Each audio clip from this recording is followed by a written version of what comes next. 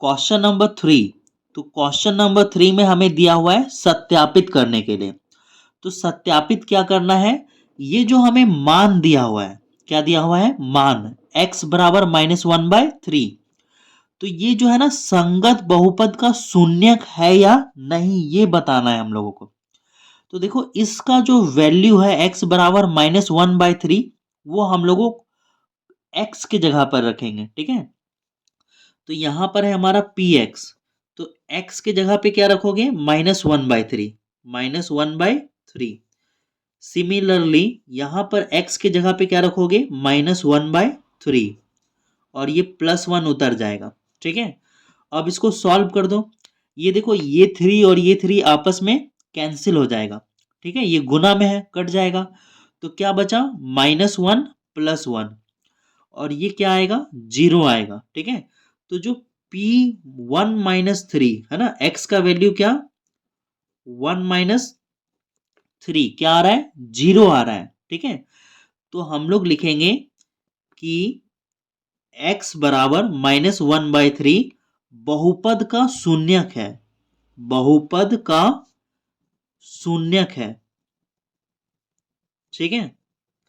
यदि ये वाला मान रखने पर, ये वाला x का मान रखने पर शून्य नहीं आएगा, तो हम लोग लिखेंगे बहुपद का शून्यक नहीं है, ठीक है।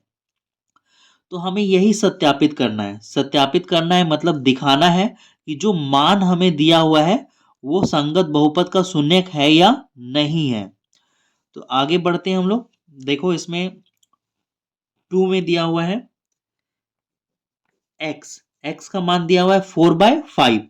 तो यहां पे बैठाओगे 4/5, ये 5 x की जगह पे लिखोगे 4/5 माइनस पाई, ठीक है, ये माइनस पाई उतर गया। अब ये 5 और ये 5 एक दूसरे को कैंसिल कर देगा, है ना, ये गुना में है। तो देखो क्या आएगा, ये आपका आएगा 4 - पाई। क्या आएगा, 4 - पाई। ये तो शून्य नहीं आया, 0 नहीं आया, है ना। तो इसलिए लिखोगे आप कि x बराबर 4/5 बहुपद का शून्यक नहीं है ना, बहुपद का शून्यक नहीं है। जब वैल्यू रखने पर, है ना, ये वैल्यू रखने पे शून्य आ जाए तो शून्यक है, और नहीं आए तो नहीं है, सिंपल।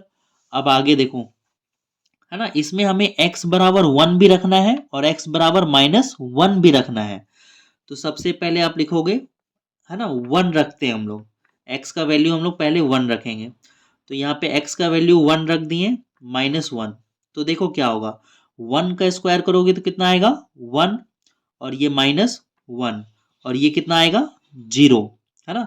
यानी कि जब हमने x का वैल्यू क्या रखा, 1 रखा, तो क्या आया, 0 आया, ठीक है। अब हम लोग क्या करेंगे, -1 भी रख के देखते हैं, है ना। इसके जगह पर क्या रख के देखोगे, -1।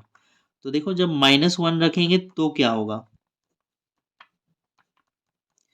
-1 का स्क्वायर करोगे तो क्या आएगा, 1 आएगा, है ना। और ये -1, तो यहां पर भी आपका क्या आएगा, 0 आएगा, है ना।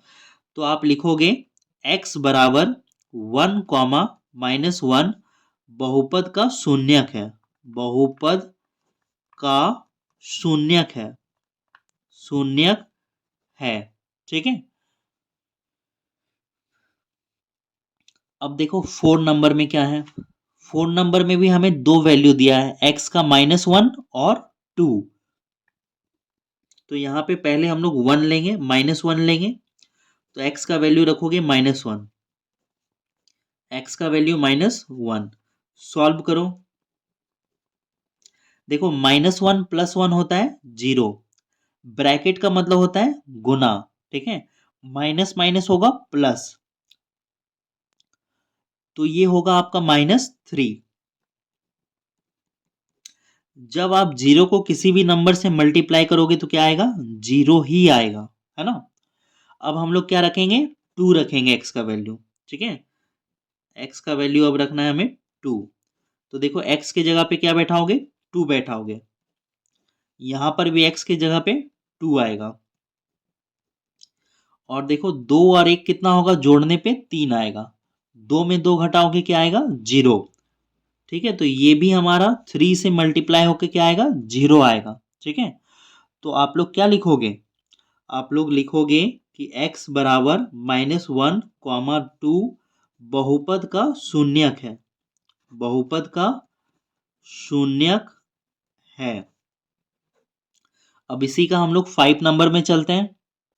देखो 5 नंबर यहाँ पर है, 5 नंबर में हमें क्या दिया हुआ है, x का वैल्यू 0। ठीक है, तो यहाँ पे आपको x का वैल्यू क्या बैठाना है, 0। 0 का स्क्वायर करोगे और 0 का स्क्वायर करोगे तो कितना आएगा, 0 आएगा, है ना।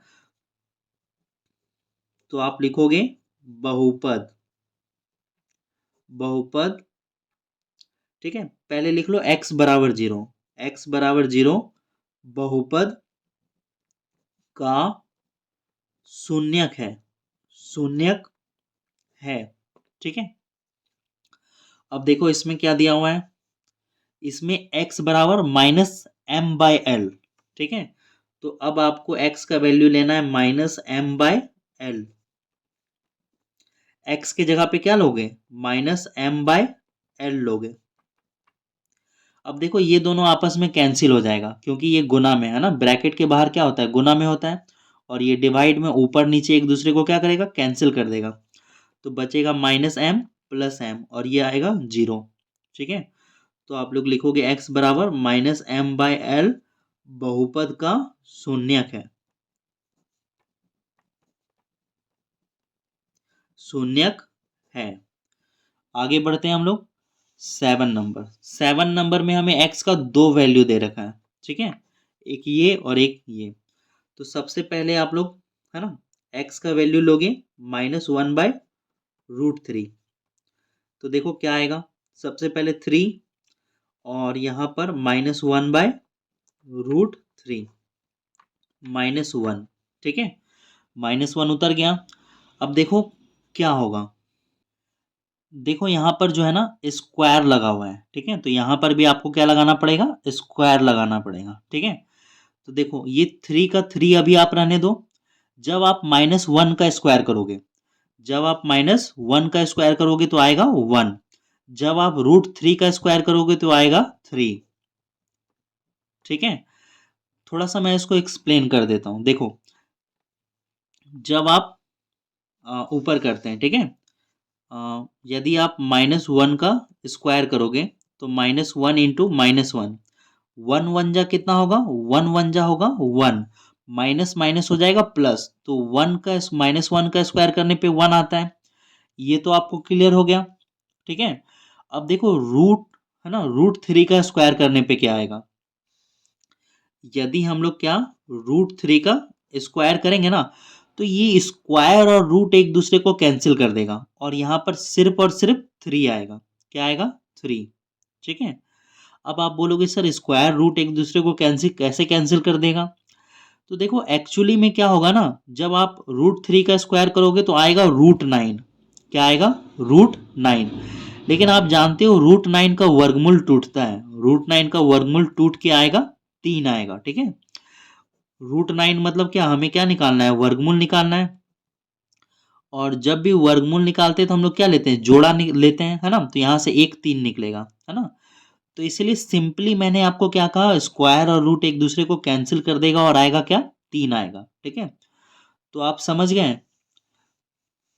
तो देखो यहाँ पर है ना -1 का स्क्वायर हुआ तो 1 आया, √3 और स्क्वायर है ना, तो स्क्वायर जो है रूट को कैंसिल कर देगा तो क्या आएगा, 3 आएगा। अब ये 3 और ये 3 एक दूसरे को कैंसिल कर देगा क्योंकि ये 3 गुना में है और ये भागा में ऊपर नीचे है, तो एक दूसरे को काट देगा। तो देखो क्या बचेगा, यहाँ पर बचेगा 1 -1, तो ये क्या आया, 0 आया। ठीक है, तो आप लिखो चलो एक और बचा हुआ है तो इसको भी सॉल्व कर लेते हैं, उसके बाद हम लोग लिखेंगे। तो आप देखो यहाँ पे क्या लिखोगे, p 2√3 बराबर है ना, तो देखो यहाँ पे 3 है तो सबसे पहले 3 लिखो ब्रैकेट x, x का वैल्यू क्या हमें बैठाना है, 2/√3 और इसका क्या करना है, स्क्वायर करना है ना, यहाँ पे स्क्वायर है, स्क्वायर करोगे। अब ये जो -1 है यहाँ पे -1 लिख लो। ठीक है, सॉल्व करो इनको। देखो, 2 का स्क्वायर करोगे ना तो आएगा 4, और स्क्वायर और रूट एक दूसरे को क्या करता है, कैंसिल कर देता है। यहाँ पे बचेगा 3 और ये आएगा -1, ये एक दूसरे को कैंसिल कर देगा और 4 - 1 आएगा 3। ठीक है, देख रहे हो?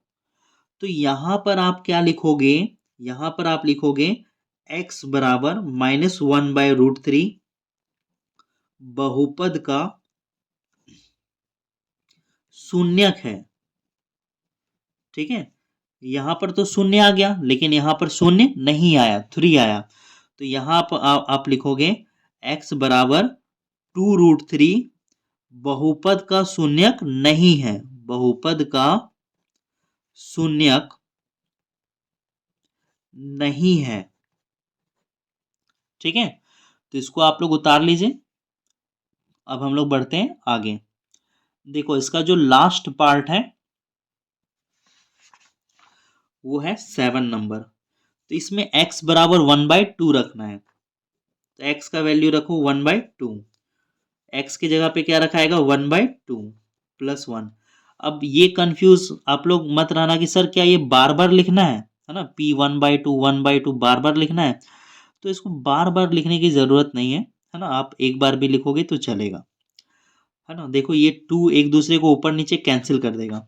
ठीक है, ये 1 + 1 कितना आएगा, 2 आएगा। ठीक है, तो ये तो शून्य नहीं आया, तो आप क्या लिखोगे, x बराबर 1/2 बहुपद का शून्यक नहीं है, बहुपद का शून्यक नहीं है। तो अब हम लोग मिलते हैं नेक्स्ट क्वेश्चन नंबर 4 में।